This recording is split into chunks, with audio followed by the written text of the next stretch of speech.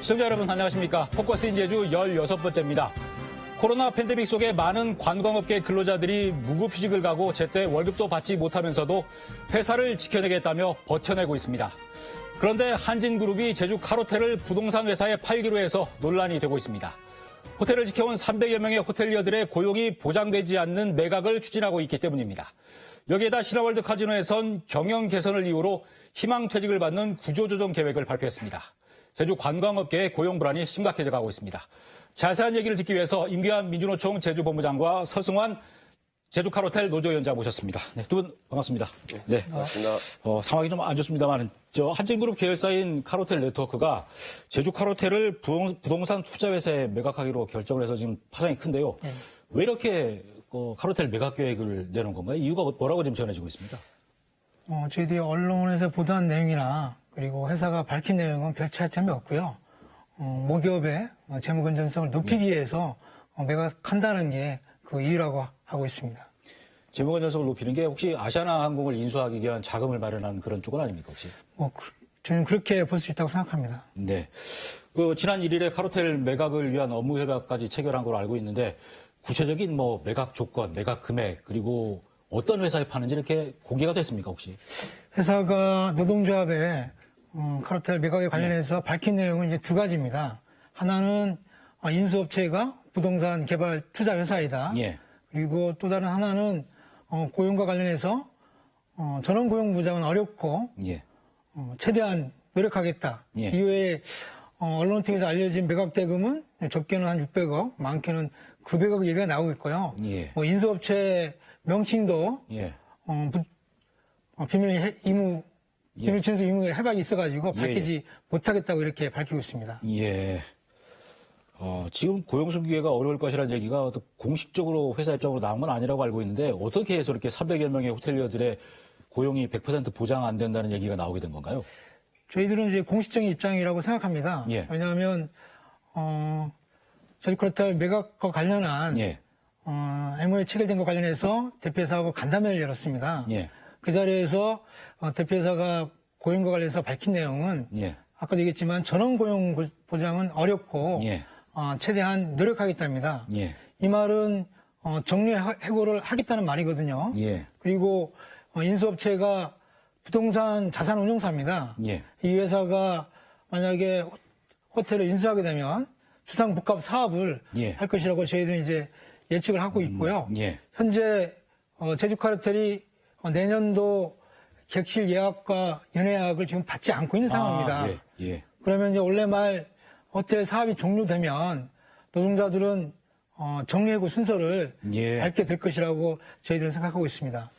제가 알기로 지금 현재 재직 기간이 30년 넘는 직원도 있고 네. 또 제 아는 직원은 매각 소식 때문에 심장이 멎는 것 같다 이런 얘기도 하는 거 제가 들었는데 지금 직원들 분위기는 어떻습니까? 아주 격앙돼 있습니다. 예. 저희들이 솔직히 호텔이 매각될 수도 있다는 예. 예상은 하고 있었습니다. 하지만 이처럼 고용보장 없는 매각을 할 것이라고는 생각을 예. 못했습니다. 예. 이제 또 매각을 고용보장이 안 되는 부동산 자산 예. 운용사에 매각하면서 노동자들은 아무런 상의도 없고 예. 이런 부분에 대해서 분노하고 있습니다. 매각이 되더라도 어떤 호텔 업계 쪽으로 매각이 될 거라고 예상을 하셨었던 거군요, 그럼요. 예, 저희들은 이제 그동안 대한항공 조원태 회장이 한 발언이나 행보를 보면서 저희들 매각이 되더라도 고용보장은 되지 않겠냐 하는 기대를 분명히 갖고 있었습니다. 그런데 이번처럼 고용보장이 안 되는 예. 매각을 하는 것에 대해서 하는 것을 보면서 이거 제주도에서 쓰니까 이런 게 아닌가. 예. 중앙에 쓰면은 소문도 나고 예.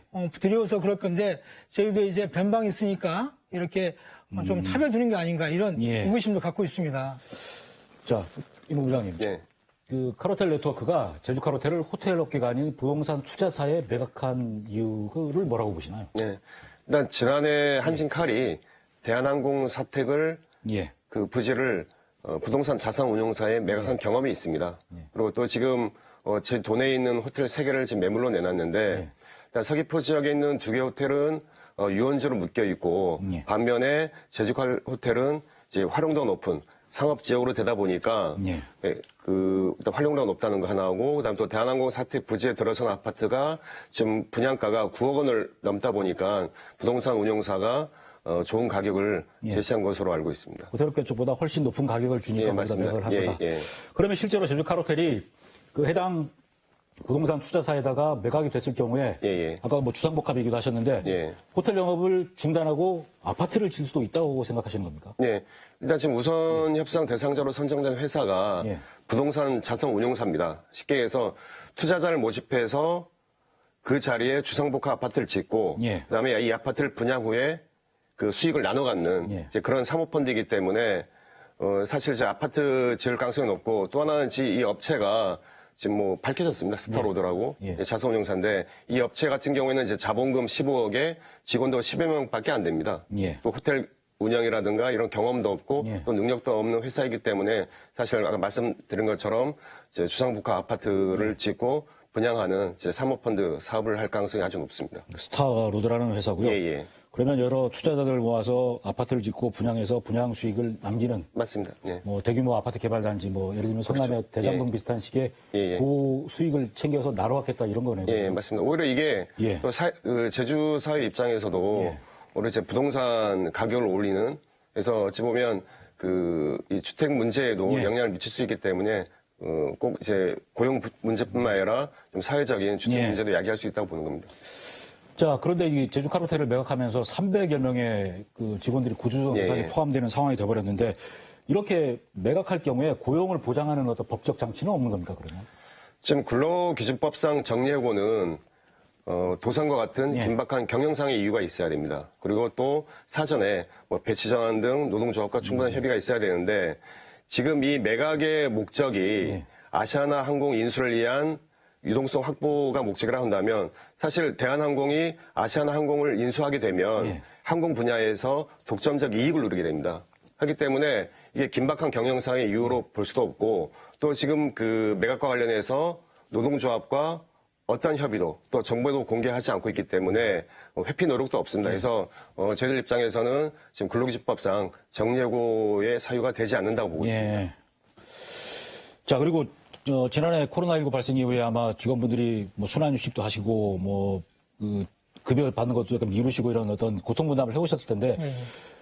그러면 이런 매각 얘기가 나올 때 사전에 노조에다가 매각을 좀 계획하고 있다라고 뭐 협의를 사측에서 했습니까?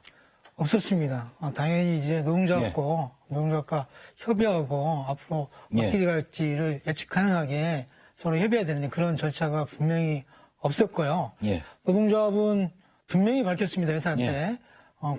고용이 보장되고 호텔을 지속적으로 운영할 수 있는 건전한 업체에 매각한다면 반대하지 않겠다. 분명히 밝혔습니다. 그럼에도 불구하고 회사는 지금까지 일관되게 예. 고용 보장 어렵다. 예. 고용 보장 없는 매각을 추진하겠다. 이런 얘기를 계속 하고 있습니다. 그 뭐 최근에 기자회견도 여시고 계속 매각 그 중단 요구를 하고 계신데 그런데도 사측에서는 이미 업무 개발까지 체결을 했지 않습니까? 예, 예. 그 이후에 뭐 한진그룹 차원이나 예. 아니면 카로텔 네트워크 차원이나 앞으로 어떻게 할지 뭐 어떤 내부적으로라도 입장을 뭐 추가로 밝힌 게 있나요? 솔직히 없습니다. 예. 한마디로 마이 동풍이고요. 예. 그동안 한진그룹이 제도에서 뭐 벌어들이거나 아니면 이제 나름 이제 혜택을 본 게 저희들 생각에 작지 않다고 생각하거든요. 그런데 아무리 뭐 돈도 중요하지만 고용 보장 없는 매각을 하는 것에 대해서는 도민들의 어떤 비난을 받아서 예. 비난을 받아 마땅하다고 생각합니다. 예. 지난 2월 왔는데 한진그룹 이사회에서 제주 카로텔 매각 얘기가 나오다가 파라다이스 호텔만 일단 매각하자 이렇게 보류가 됐었는데 이렇게 1년 한 반 정도 지나서 또 갑자기 매각을 하게 된 게 아시아나항공입니까 아니면 어떤 다른 내부적인 이유가 있는 건가요? 저희들이 판단하건데 적정한 적정 가격에 예. 인수하실 분이 없어서 예. 안 된 걸로 알고 있고요. 그리고 서귀포 파라다이스 호텔 같은 경우는 관광위원직으로 지정돼 있어서 개발이 용이하지 않다고 예. 봅니다. 그래서 매각이 예. 그렇게 쉽지 않은 걸로 저희들이 알고 있고요. 이번 제주 카로텔 매각은 인수업체가 부동산 자산운용사인데 그 업체에서 인수가액을 높게 불러서 매각 MOU로 체결된 것이 예. 아닌가 하는 저희들이 추측을 하고 있습니다. 예. 소위 뭐 파라다이스 호텔은 휴양지직으로 묶여서 예, 예. 호텔을 헐고 뭐 건물을 짓지 못하니까 안 팔리는 거고 예, 예. 제주카 호텔은 상업 부지에 있기 때문에 예, 예. 헐어서 주상복합을 지을 수 있기 때문에 예, 팔린 거라고 예, 예. 본다 이렇게 있군요. 자 그리고 또 그 조양호 전 한진그룹 회장이 타계한 이후에 예. 조호태 회장하고 조현아 전 대한항공 부사장하고의 어떤 경영권 문제가 있었지 않습니까? 이 오너와의 갈등이 제주카 호텔 매각하고 혹시 연결이 된 부분은 없을까요? 네. 근데 그 앞서 예. 매각 관련해서 이게 아시아나 유동성 확보 때문에 예. 인수 관련해서 근데 사실 지금 아시아나 인수 과정에 대한항공과 아시아나가 지금 그 산업은행을 통해서 쉽게 해서 세금을 한 5조 원 이상 예. 지원을 받았습니다. 따지고 보면 제주 카르호텔 매각 대금이 한 800억 원 내외라고 생각하면 사실 큰 금액이 아닙니다. 그래서 오히려 지금 세관에서는 이 호텔 사업을 전담했던 조현아 전 부사장, 그래서 조원태 회장의 경영 분쟁에 상대했는데 올해 이제 호텔 사업을 축소해서 조현아 전 부사장의 복귀를 차단하려는 목적이 아니냐라는 이야기가 있습니다. 그래서 만약 이것이 사실이면 한지는 도덕적 비난을 피할 수 없고 또 만약 아시아나 항공 인수 자금 때문이라고 하면 사실 이게 독점적 이익을 이해한 거기 때문에 긴박한 경영상 이유로 좀 볼 수 없다고 생각합니다. 노조 측에서는 어떻게 보십니까? 저희들도 오늘 간의 갈등이 예. 제주코스터 매각 결정의 하나의 요인이라고는 저희들도 생각을 하고 있습니다. 예. 전년도에 코로나19 때문에 힘들기도 했지만 예. 전혀 투자를 하지 않았습니다. 예. 예를 들어서 저희 제주카르텔에 스카이라운지가 있습니다. 스카이라운지 가기 위해서는 별도의 엘리베이터를 이용해야 됩니다. 근데 그 엘리베이터는 몇 년에 한 번씩 점검하고 수리 보수를 해서 이제 사용 승인을 받고 예. 이제 이용할 수 있는데 전년도에 이제 점검 받고 이제 사용 승인을 받는 해인데 회사가 돈이 없다고 예. 수리 보수도 안 하고 그대로 그냥 방치해 놓은 상태거든요. 스카이라이즈 이용을 못 하겠네요. 아예 못하는 거죠. 네. 그런 거 보면은 예. 대한항공 조원태 회장이 호텔 경영에 관심이 없다고 저희들은 판단하고 있습니다. 네. 자, 그리고 한진그룹이 사실 제주에 제동목장도 있고 먹는 샘물을 만드는 한국공항 그리고 뭐 제주카르호텔, 서귀포카르호텔 이런 제주의 경관, 자원을 통해서 막대한 수익을 그동안 창출해 왔거든요. 그렇다면은 또 그리고 특히 제주카르호텔은 어떻게 보면 제주의 50년 가까이 제주의 랜드마크였거든요. 근데 이 건물을 헐 수도 있는 이런 매각을 일방적으로 추진하는 게 제주에 대한 그리고 제주 사회에 대한 어떤 기업의 책임을 져버린 거라는 그런 비난을 받을 수도 있을 것 같은데 어떻습니까? 네, 맞습니다. 지금 한진그룹이 1972년에 460만 평의 예. 그 제동국장을 매입을 시작으로 해서 관광과 호텔, 그다음에 항공과 물류, 그다음에 승수 사업까지 제주의 하늘과 땅, 지하수를 이용해서 성장 기업입니다. 예. 또 그 당시에 일주 순환도로가 개설이 되고 또 정부가 관광진 정책을 펴면서 한진그룹이 사실상 제주를 기반으로 해서 성장 기업입니다. 또 제동국장만 보더라도 당시에 그 516도로에서 그 비자임도 인근에 있는 제동국장까지 9km 이상의 도로도 세금으로 해줬고 또 당시 기록에 보면 4만 5천 명의 도민들을 동원해서 목장 개간 사업까지 진행을 했다고 합니다. 이처럼 그 많은 특혜를 받아왔고 또 어찌 보면 한진그룹의 성장의 이면에 저희 도민들의 땀과 눈물이 있습니다. 그래서 한진그룹은 더욱더 제주사회에 대한 책임이 있기 때문에 이런 이제 그 고용보장 없는 매각은 해서는 안 된다고 보고 있습니다. 예. 어떻게 보십니까? 노조 쪽에서는 또. 제주카르텔은 40년의 역사를 가지고 있고요. 예. 그동안 이제 도민들과 관광객들의 사랑을 많이 받았습니다. 그런데 그동안 새로운 호텔들이 많이 들어섰습니다. 예. 관광객들 입장에서는 노후화된 호텔보다는 새로운 호텔을 찾는 게 당연하거든요. 수익이 나지 않는 책임을 노동자들한테 모두 떠넘겨서는 안 된다고 생각합니다. 예. 기업이 이윤을 추구하는 거 당연합니다. 하지만 기업이 사회적 책임을 다하는 것도 잊어서는 안 된다고 생각합니다.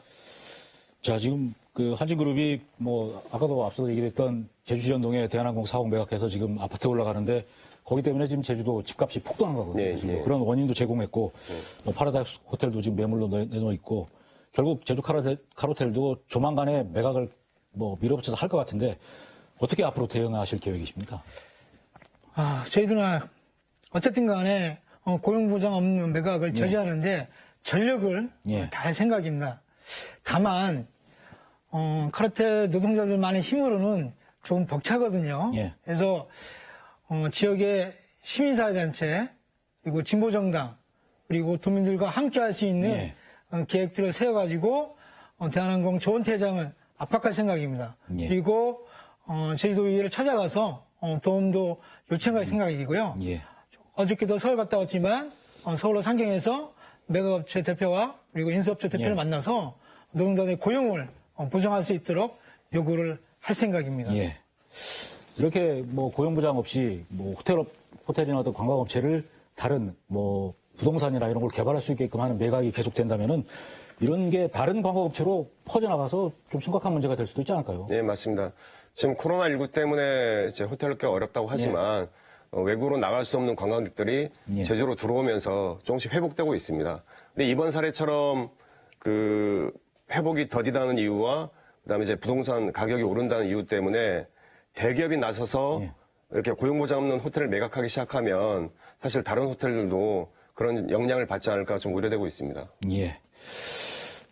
지금 100% 고용보장 안 된다면 일부의 고용을 보장해준다는 게 서귀포 칼호텔로 보내겠다는 겁니까? 네, 맞습니다. 예. 네, 알겠습니다. 그리고 제가 좀 추가적으로 말씀드리면 이 문제와 관련해서 지금 산업은행이 사실상 지금 한진칼의 대주주와 같습니다. 예. 이미 지금 5조 원 이상의 그 지원을 했고 또 하나는 그 조은태 회장의 주식을 처분할 수 있는 위임 계약을 맺었기 때문에 산업은행이 어찌 보면 또 산업은행이 국채은행이기 때문에 이 문제 관련해서는 좀 정부의 책임도 예. 있다고 생각을 합니다. 예. 자, 이 부분은 좀 더 저희가 신경을 좀 써서 지켜보도록 하겠습니다. 예. 자, 그리고 신화월드에서 카지노를 운영하는 남정 엔터테인먼트 코리아가 추석 연휴 바로 다음날 갑자기 희망 공고, 예, 예. 희망퇴직 공고문을 붙이고 구조조정 계획을 발표를 했습니다. 첫 노사 단체 협약을 한 지 한 2달 만에 일방적으로 그런 계획을 내놨다 그러는데 왜 이런 건가요?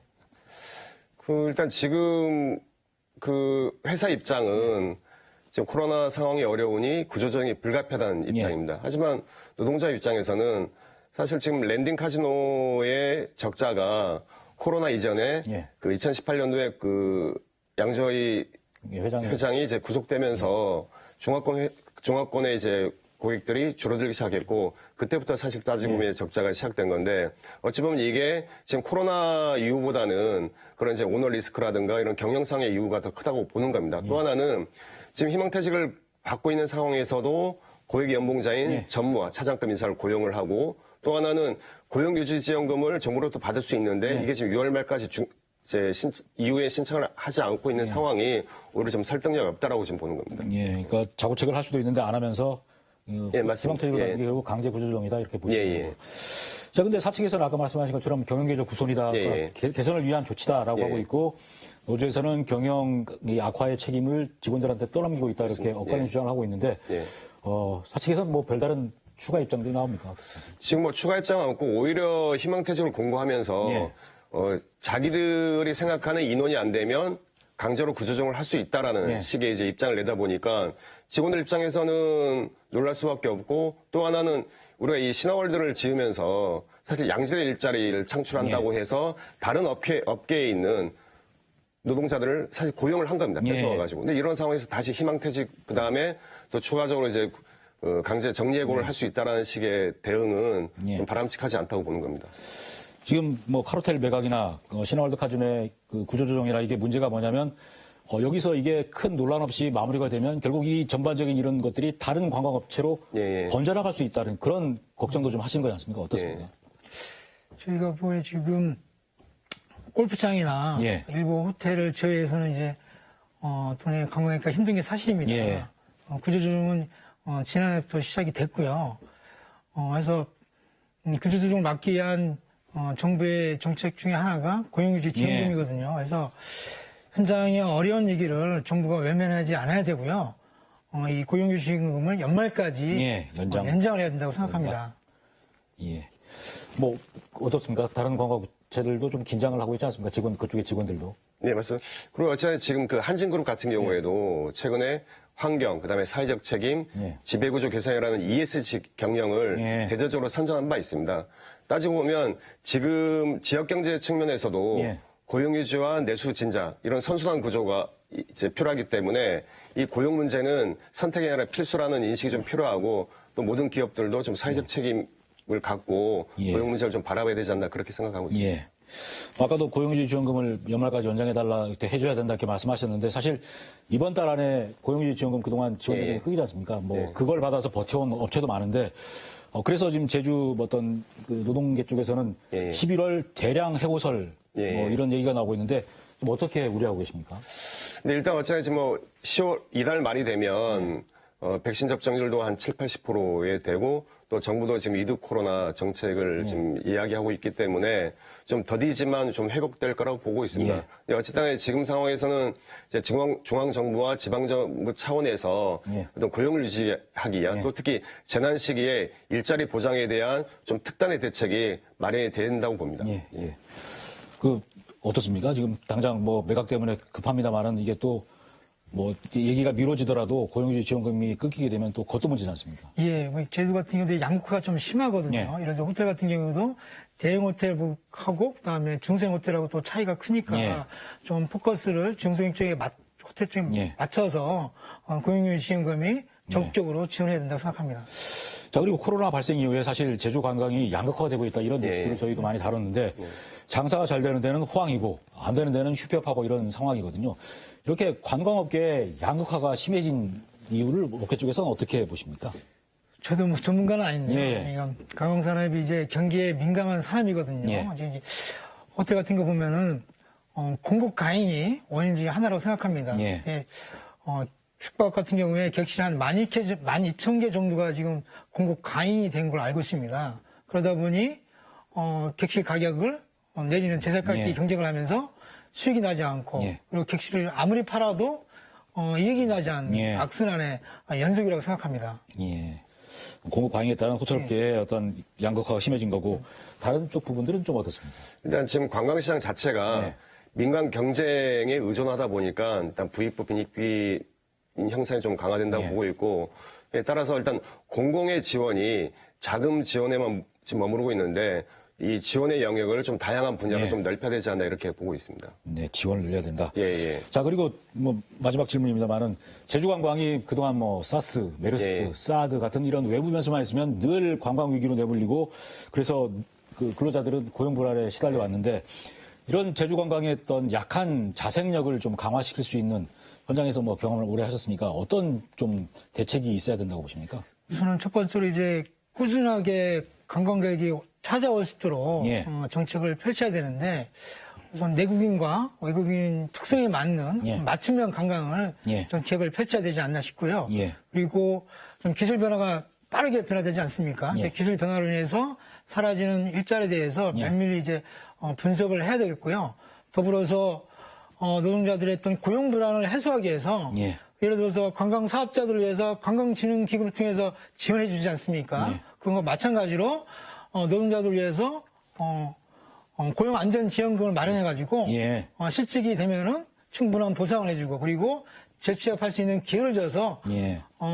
제주만의 어떤 고용 노동 정책을 펼쳤으면 하는 바람입니다. 고용 안정 자금을 별도로 고용 안정 지원금을 해달라. 예. 예. 어떻게 보십니까? 일단 지금 우리가 그 네. 코로나19를 겪으면서 우리 삶의 모든 분야에서 공공성 강화에 대한 필요성과 요구가 높아지고 있습니다. 특히 이제 제주 경제의 의존도가 높은 관광산업도 예외가 아니라고 봅니다. 그래서 예를 들면 이제 마카오의 카지노 정책처럼 외부 변수에 약하거나 아니면 고용과 일자리 창출이 높은 예. 분야에 대해서는 공적 소유에 대한 검토도 이제 시작해야 될 좀 시기가 오지 않았나 그렇게 보고 있습니다. 네. 자, 마지막으로, 제주 카로텔을 허물고 고층의 주상복합 아파트가 들어간 매각을 반대하고 계신데 앞으로 어떻게 좀 도움이 필요하신지 도민들께 한마디만 좀 해주십시오. 예. 노동자들에게 해고는 살인이라는 말이 있습니다. 예. 지금 카르텔 노동자들은 벼랑 끝에 내몰린 상태이거든요. 호텔리어 꿈을 갖고 예. 입사한 이제 청년 노동자들 그리고 많게는 30년 넘게 청춘을 바친 중장년 예. 호텔 노동자들이 있습니다. 이들에게 고용 불안이라는 절망이 아닌 예. 고용 희망이라는 예. 고용 안정이라는 희망을 줬으면 좋겠습니다. 그 길에 우리 도민 여러분들의 많은 관심과 그리고 연대와 지지를 예. 부탁드리겠습니다. 네, 저희 언론에서 앞으로 이 문제에 대해서 계속 관심을 두고 지켜보겠습니다. 오늘 두 분 말씀 감사합니다. 고맙습니다. 고맙습니다. 맞습니다.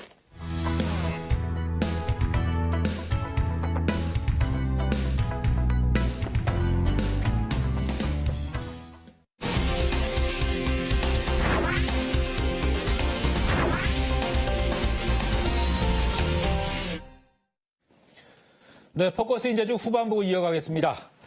논란이 끊이지 않는 제2공항 추진 여부 결정이 결국 차기 정부로 미뤄졌습니다. 제2공항을 할지 말지 입장을 내놔야 하는 국토교통부가 입장 표명 대신에 7개월이나 걸리는 용역을 추가로 발주했기 때문입니다. 내년 대선 과정에 그리고 지방선거 과정에 또 선거 쟁점이 될 수밖에 없는 상황입니다. 이효영 기자와 좀 더 자세히 분석을 해보겠습니다. 네. 자, 국토교통부가 이 제2공항 건설을 할지 말지 결론을 내야 되는데 내지 않고 7개월이나 걸리는 또 용역을 지난 30일 날 발주했습니다. 이 용역이 뭘 다루는 용역이 되는 겁니까? 뭐 아시다시피 저번 7월 달에 예. 환경부가 국토부의 전략 환경 영향 평가서를 반려했습니다. 그런데 이 전략 환경 영향 평가서는 국토부에서 이미 2차례나 보완을 했던 건데 그게 환경부에서 최종적으로 반려가 된 거잖아요. 그래서 당시만 해도 그 도민 여론조사에서는 반대 의견이 높았고 2차례나 보완했던 게 최종적으로 반려되면서 사실상 뭐 제2공항은 폐기 수순으로 가는 게 아니냐 그런 말들이 있었지 않습니까? 그리고 그래서 제주 지역 국회의원들도 나서서 이게 정석 비행장 대안론을 띄웠던 거고요. 그런데 일단 국토부는 포기는 하지 않았습니다. 그래서 이번 용역은 그래서 환경부가 반려를 했는데 그 반려 이유가 보완될 수 있는지를 검토해봐라 뭐 이런 내용이고요. 그리고 보완이 안 된다면 안 되는 이유까지도 들어라 그런 내용입니다. 그래서 그걸 연구하기 위한 거고 연구 용역비는 2억 4천만 원으로 잡혔습니다. 예. 그런데 이 용역을 발주하는 과정에 국토부 내부에서도 해야 된다. 굳이 할 필요가 있냐. 이렇게 서로 뭐 좀 약간 갈등이 있었다고 전해지던데요.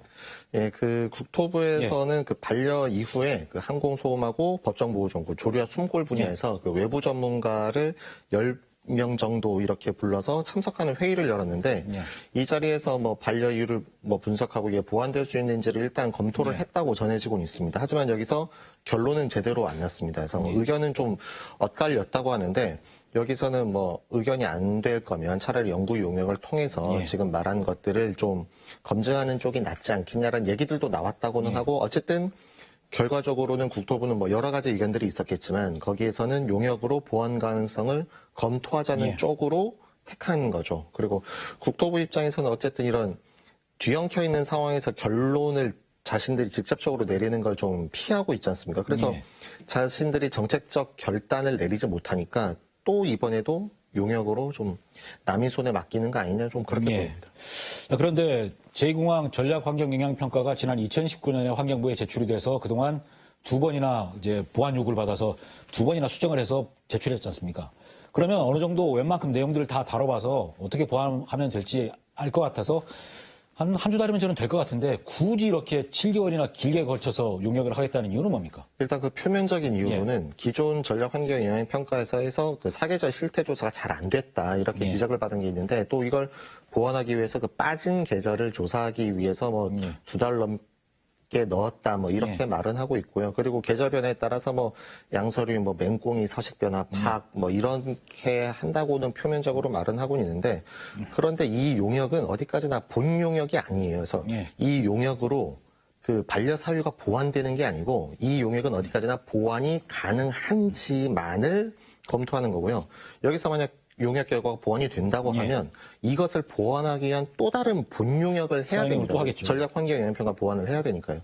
그렇게 보면은 개인적으로는 단순히 보완이 될지 말지를 검토하는 것만으로 7개월은 좀 길다고 보여지죠. 사계절을 검토한다 그러는데 당초 그 전략환경영향평가 초안이 어느 계절을 조사를 한 겁니까? 원래는 다 사계절 조사를 하도록 되어 있는데 부분적으로 좀 계절이 좀 빠져 있는 부분들은 좀 있었고 그거를 좀 이번에 보완한다고는 하는 거죠.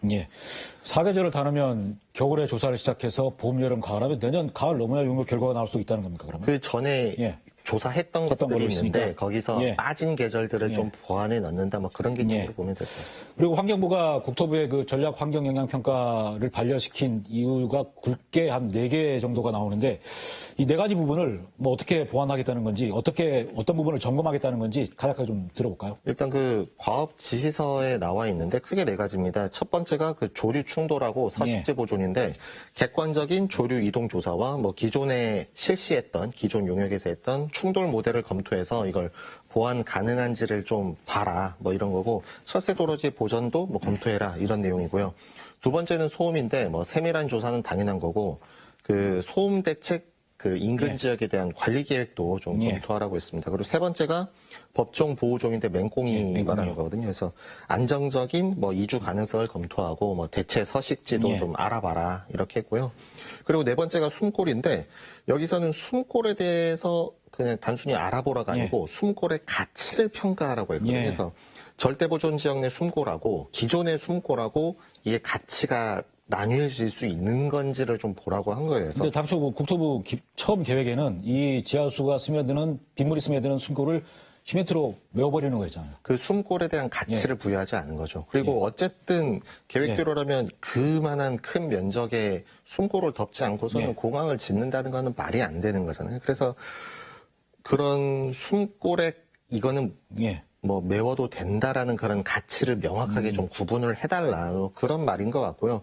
그리고 모든 검토 내용은 된다면 되는 이유를 말하고 안 되면 안 되는 이유를 들라고 했는데 앞서도 말씀하셨겠지만 이게 이미 2차례나 보완이 된 거예요. 꽤 오랜 시간 동안. 그리고 여기서도 굉장히 시간을 많이 들였는데 그때 안 하고 뭐 이제 와서 뭐 난 더 모르겠으니 뭐 너가 다시 용역으로 해와라는 거는 이를 좀 참 쉽게 하는구나라고 생각되면서도 참 어렵게 하는구나라는 생각도 듭니다. 저도 뭐 일반 용역 발주할 때랑 좀 약간 좀 다른 느낌이 좀 있습니다, 일단. 그리고 이 영구 용역 업체를 선정하는 입찰 마감이 다음 달 11일이고, 그 다음에 업체를 선정하고, 그러면 이 7개월이나 걸리는 용역을 실제로 시작하는 게 언제쯤이 될 거고, 내년 몇 월쯤에 용역 결과가 나오게 될까요? 일단 그 공고문에 보면 입찰 마감이 11월 11일로 돼 있어요. 그러면 또 뭐 심사도 하고 실제 계약 같은 거 하게 되면 시간은 좀 더 걸리고 그렇게 보면은 실제적으로는 12월부터 시작을 하게 될 겁니다. 그리고 용역은 계약일로부터 210일, 7개월로 돼 있어요. 그렇게 되면 12월에 시작한다고 했을 때 7개월이면 내년 하반기가 되잖아요. 한 7월 정도 되잖아요. 그러면 어쨌든 이것으로 내년 그 대선하고 지방선거는 넘기는 거지 않습니까? 그래서 이걸 노리지 않았나 싶습니다. 예. 자, 그래서 이 진행되는 7개월째 용역을 진행해서 이 용역 결과 환경부 반려 사유를 보완할 수 있다. 이렇게 결론이 나오면 그 다음에 국토부가 하는 후속 절차는 어떻게 진행이 될까요? 앞서도 말했지만 이 용역이 전부가 아니잖아요. 그래서 이거는 어디까지나 된다 만다만을 검토하는 용역이고 된다고 하면 다시 본 용역을 하게 됩니다. 지금 이 용역이 일단 전략환경영향평가서 보완 용역으로 나온 건 아니기 때문에요. 그리고 이걸 하게 되면 또 거기서 시간을 잡아먹게 되잖아요. 그러면 뭐 여러 가지 시나리오가 있겠지만 그중에서 가장 빨리 되는 쪽으로 생각해도 내년 말이나 되겠죠. 예. 그리고 이 용역에서 반대로 환경부가 반려한 사유를 부분적으로밖에 보완할 수 없거나 아예 보완하기 어렵다 이렇게 결론 나오면 국토부는 어떤 입장을 취할까요? 일단 공개를 상당히 늦추겠죠. 일단은 공개도 늦추겠거니와 뭐 진행은 어렵게 되겠죠. 그리고 하지만 이 용역 이전에 그 환경부가 최종적으로 이거를 반려했을 때도 제공은 어려울 것이다라고 다들 봤어요. 그런데 국토부가 어쨌든 보완 용역 카드를 꺼내 들었잖아요. 그래서 이번에도 이번 용역을 통해서도 안 된다고 나오면 어렵다고들 말하는데 그건 또 알 수가 없죠. 지금 국토부를 하는 걸로 봤을 땐. 그래서 아마 실질적으로는 뭐 용역을 내세우고는 있지만 다음 정부가 어느 쪽에서 들어서냐에 따라 판단되지 않을까 싶습니다. 그리고 용역에서 잘 봐야 될 게 되면 되는 방향을 제시하고 안 되면 안 되는 이유를 대라고 했는데 이게 건건마다 전부 다 그렇게 달아놨거든요. 그러면 크게 4가지를 보완하는데 이 4가지가 전부 다 일률적으로 된다 안 된다로 안 나올 수도 있어요. 그래서 예를 들어서 2가지는 뭐 요렇게 하면은 될 것 같은데 다른 2가지는 아무리 해도 안 될 것 같아. 이렇게 좀 엇갈리게 나올 수 있잖아요. 그렇게 되면은 뭐 개인적으로도 4가지가 다 일괄적으로 된다 안 된다로 나오기는 좀 어려울 것 같은데 그렇게 되면 국토부가 지금 하는 걸로 봤을 때는 좀 더 판단을 미룰 수밖에 없지 않을까 그렇게 생각은 됩니다. 환경부 입장에서 4가지가 다 보완이 된다는 결론이 나와야 그 전략 영향 평가를 수용할 테고 한 가지라도 안 된다 그러면 다시 반려를 시켜볼 거지 않습니까? 네, 그렇죠. 예. 자, 그리고 이 표면적으로 볼 때 이 국토부가 영구 용역을 발주한 게 타당해 보이긴 합니다만은 사실 용역 기간 7개월이다 보니까 결국 차기 정부에서 제2공항 건설 여부를 결정하는 그 상황으로 만들어버린 거거든요.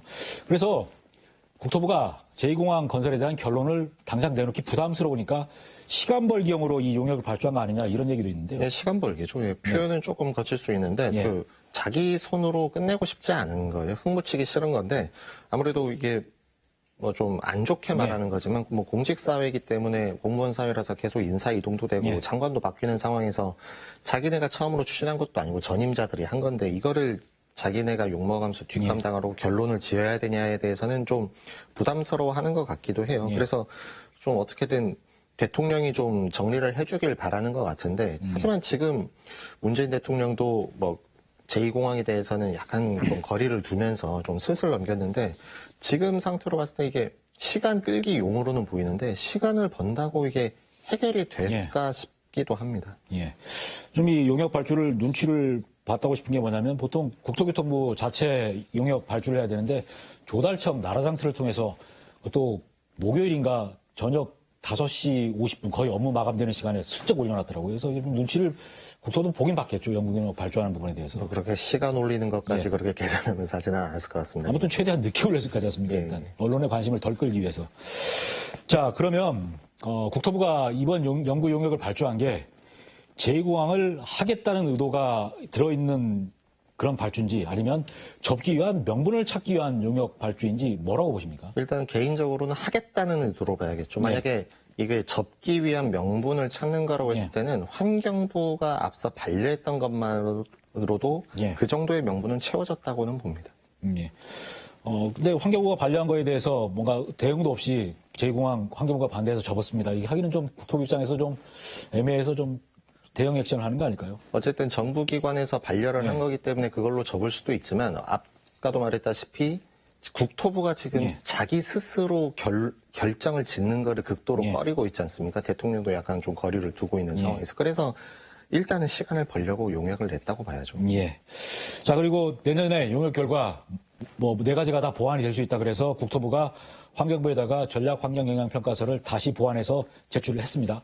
그 경우에 환경부는 그 영향 평가서를 수용을 무조건 해야 되는 겁니까? 아니면 또 반려를 할 수가 있는 건가요? 이것도 뭐 사람마다 말하는 게 조금씩은 다른데 누구는 뭐 무조건 뭐 결정을 내야 된다라는 사람도 있고 물론 그 공무원들하고도 얘기를 전화 통화를 해보면 꼭 그렇지만은 않다라고도 얘기를 합니다. 그래서 이번만 해도 저번에 반려됐을 때가 반려되면 끝이라고들 그때 언론 보도들도 나오고 그랬거든요. 그런데 어쨌든 국토부에서는 반려가 돼도 계속 할 수는 있다라고 그때 말은 했었어요. 그래서 보완 용역을 하는 거고 그리고 환경부에서도 약간 좀 직접적으로 자기네 손으로 끝내기는 싫어서 뭐 부결이나 그런 게 아니고 약간 애매하게 반려라는 걸로 입장을 좀 정리했죠. 사실 저희도 반려가 나올 줄은 몰랐지 않습니까?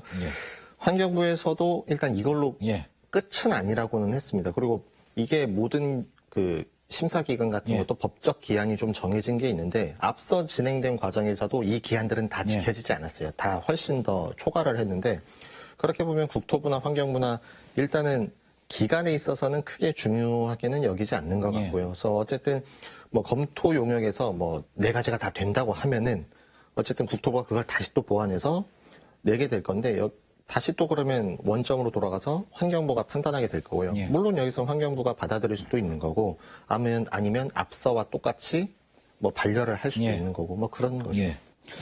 제2공항 찬반 단체들의 어떤 서로 주장을 내는 목소리는 계속되고 있는데 이 국토부가 제2공항 추진 여부 결정을 차기 정부로 미룬 것에 대해서 지금 서로 다른 입장들을 막 내놓고 있는데 우선 찬성단체에서는 어떤 입장을 보이고 있습니까? 일단 찬성단체부터 좀 말씀을 드리면 일단 그래도 보완 용역을 한다는 것 자체는 국토부가 그 의지가 있어서 하는 게 아니냐라고 해서 일단 그 부분에 대해서 뭐 나쁘게 보진 않는데 하지만 찬성단체 역시도 그 국토부 앞에서 시위도 여러 번 했잖아요. 그래서 국토부를 못 믿다고 하고 있어요. 그래서 전적으로 국토부를 신뢰하지는 않습니다. 그래서 하는 게 하도 답답하다는 건데 찬성단체에서도 일단 의지까지는 좋게 보지만 이게 너무 정치권에 휘둘리고 있다. 그래서 국토부도 못 믿겠다. 그래서 차라리 완벽하게 정권 교체가 돼서 뭐 확실하게 추진을 해주길 바란다. 뭐 그런 입장이고요. 반대단체는 보니까 뭐 성명서도 내고 여러 가지 입장들을 내고 있는데 그쪽의 얘기는 어떻습니까? 뭐 일단 좀 쉽게 정리를 하면 왜 쓸데없는 일을 만들어가면서까지 추진 이유를 찾냐라고 비판을 하고 있습니다. 그도 그럴 게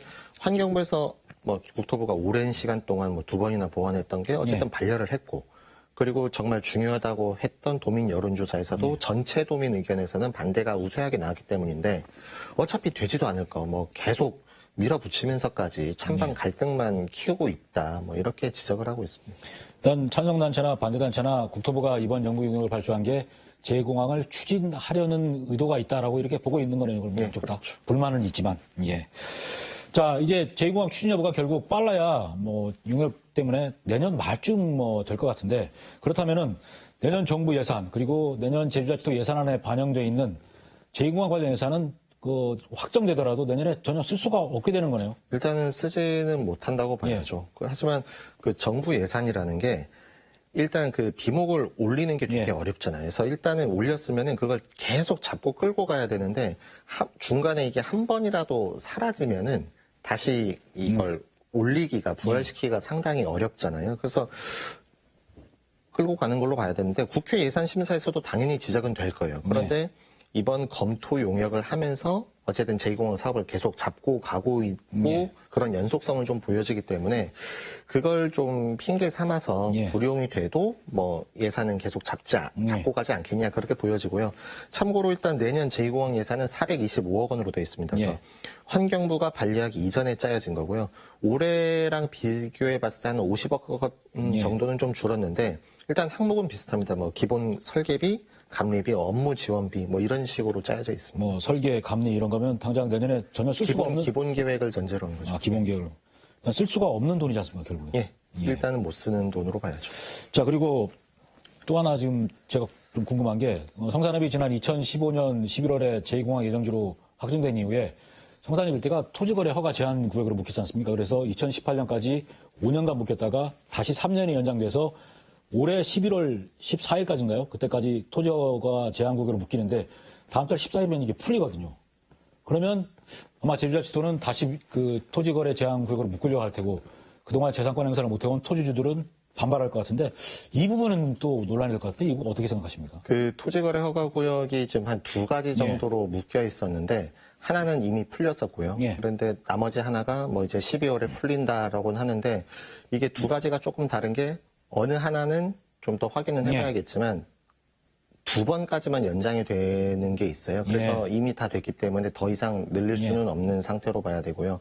그래서 어쨌든 지금 그 성산에 있는 주민들은 뭐 이렇게 뭐 자기 땅에 뭐 농사를 위해서 뭐 창고를 짓거나 뭐 어떻게 뭐 간단하게 공사하는 것도 지금 다 막혀왔다. 그래서 이미 5년 동안 상당한 재산권 피해를 입었는데 이거를 국토부가 이제 와서 나 몰라라 해서 손 떼고 가버리면은 우리가 입었던 피해는 어떻게 보상을 해야 될 거냐 해서 당장 이렇게 소송을 건다라고 하기도 하고 실제로 소송도 들어갔었어요. 하지만 소송이 들어갔는데 당시 재판부에서는 일단은 국토부가 완전하게 딱 도장을 찍어서 안 한다라고 한 건 아니기 때문에 지금 상태에서는 어떻게 뭐 할 수가 없다. 그래서 이거를 반발하는 주민들이 너네가 정확한 증거를 더 찾아와라 해서 미룬 상태인데 일단 국토부가 결론을 내리지 않은 상태에서 이거는 법적 판단을 받기는 어려울 걸로 보이고요.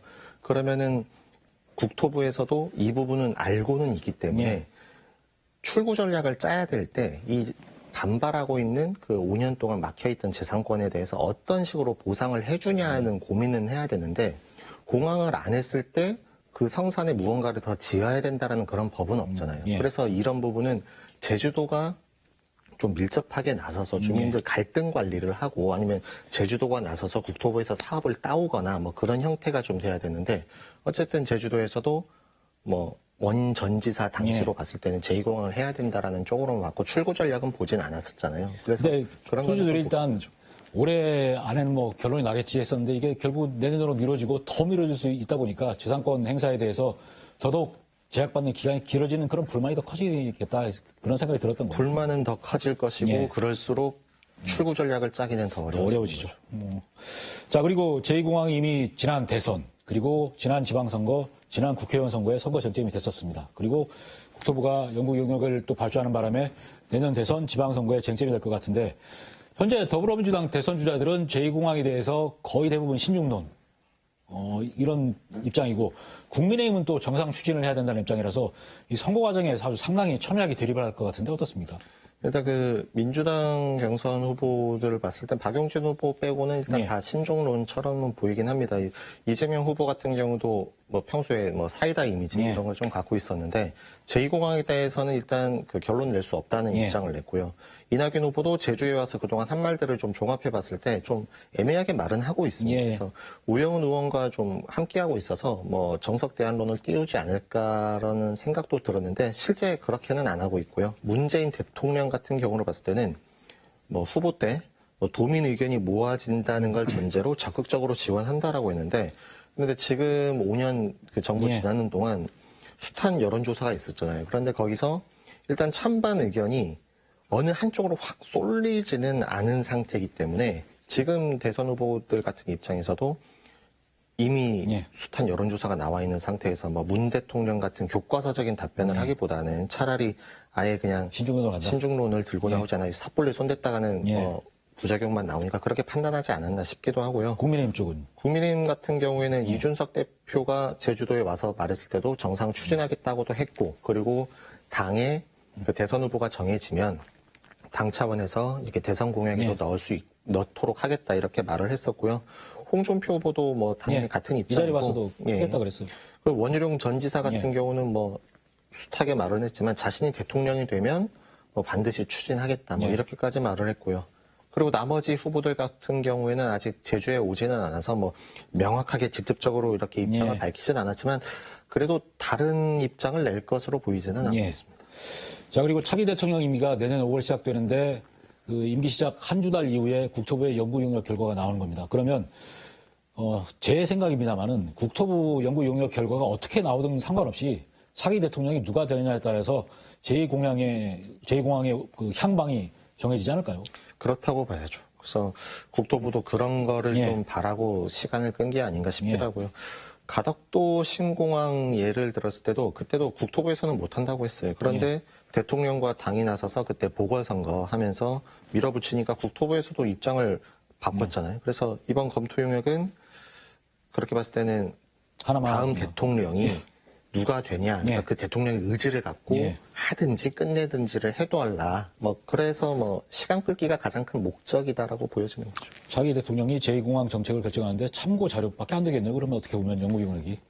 눈치를 많이 보겠죠. 예. 자, 그리고 차기 도지사 임기가 또 내년 7월에 시작인데 이때쯤 국토부의 연구 용역 결과가 나옵니다. 그러면 취임하자마자 제2공항 문제 해결을 차기 도지사가 그냥 급하게 해야 될 것 같은데요. 어떻습니까? 일단은 제2공항은 예. 어디까지나 정부 사업이잖아요. 대통령이 누가 되느냐에 따라 달라지겠지만 예. 어쨌든 뭐 도지사가 직접적인 사업은 아니지만 도지사와 의견이 맞는 것도 중요하죠. 그래서 대통령과 도지사가 뭐 같은 정당에서 된다면 이게 뭐 하든 안 하든 좀 더 빨리 정리가 되겠지만 대통령과 도지사의 정당이 다르게 당선이 된다면 좀 더 시간은 걸리겠죠. 그리고 그 지방선거 자체가 일단 대통령 선거와 시간적 차이가 거의 없고 대통령 임기 초 바람이 당연히 지방선거에도 가기 때문에 일단 같은 정당이 되지 않겠냐라고들 보고 있는데 그건 일단 모르는 거고 일단 도지사 선거에서도 쟁점은 되겠지만 대선이 큰 분기점이긴 할 건데 앞서도 말했지만 일단은 그 제주도의 입장이 중요한 거는 사업은 국토부가 하지만 이거를 하든 안 하든 국토부는 그냥 털고 나갈 거거든요. 그렇게 되면 앞서도 말했다시피 그 재산권 피해를 입었던 그 성산읍 주민들을 어떻게 달래줄 것이냐. 그리고 성산읍에 어떻게 다른 보상을 해줄 것이냐. 그리고 이 갈등은 어떻게 해결할 것이냐. 그런 거는 제주도가 해야 되는데 그런 거를 들고 나오려면 일단 국토부가 제2공항을 안 한다라고 확정지은 전제가 돼야 하기 때문에 섣불리 말은 꺼내기는 쉽지는 않은데 준비는 하고 있어야겠죠. 예. 아무튼 차기 도지사도 시작부터 어려울 것 같습니다. 제 생각에.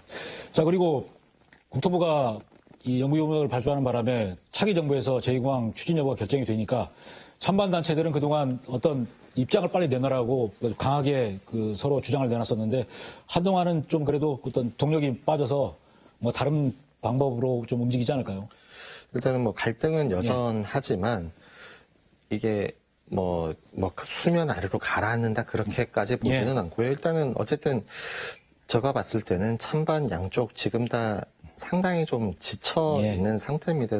그래서 막 으쌰으쌰 나서지도 않고 정말 그리고 찬반 단체 서로의 충돌은 좀 극도로 서로 피하고 있잖아요. 다만 사안이 있을 때는 크게 움직이죠. 뭐 예를 들자면 뭐 정석 대안론이 나왔을 때 뭐 지금은 쏙 들어갔지만 찬성단체가 실력 행사를 한 게 뭐 한 예는 되겠고, 다만 뭐 그게 아니라면 좀 표면적으로는 나서진 않겠지만 갈등은 여전히 있는 거고요. 그래서 아마 된다면 지금으로서는 유력 대선 후보들이 제주도에 올 때마다 뭐 이번처럼 뭐 저마다 뭐 입장을 내던가 앞에서 뭐 시위를 하던가 뭐 그런 정도는 되지 않을까 싶은데, 어쨌든 갈등이 사라지는 거는 아니고, 그리고 지금 갈등이 이어지는 경우 이유는 정책 결정을 내리지 못하고 있기 때문에 정부의 책임이 좀 크다고 생각합니다. 예, 뭐 국토부가 질질 끌어서 그런 영향도 있는 거죠. 예.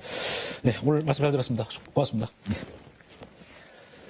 네, 정치인들은 자신의 공약을 이행하지 못하게 되면 어떤 방식으로든 해명을 하고 이해를 구합니다. 제2공항 갈등 해결은 문재인 정부의 공약이었고, 제2공항 문제에 대해서 제주도민들이 어떤 선택을 하든 지원하겠다는 게 문재인 대통령의 약속이었습니다. 하지만 국토교통부가 또 다른 용역을 발주하면서 제2공항 공약을 지킬 수 없게 돼버렸습니다. 그런데도 국토부는 어떤 해명도 하지 않고 어떤 이해도 구할 계획이 없어 보입니다. 국토부 때문에 제2공항 문제는 또 다른 정치인들의 선거 공약이 될 것이고, 그 공약이 지켜질지를 놓고 제주에선 또 찬반 논쟁이 계속될 것이라고 감히 생각을 해봤습니다. 네, 포커스인 제주 오늘은 여기서 마치겠습니다. 고맙습니다.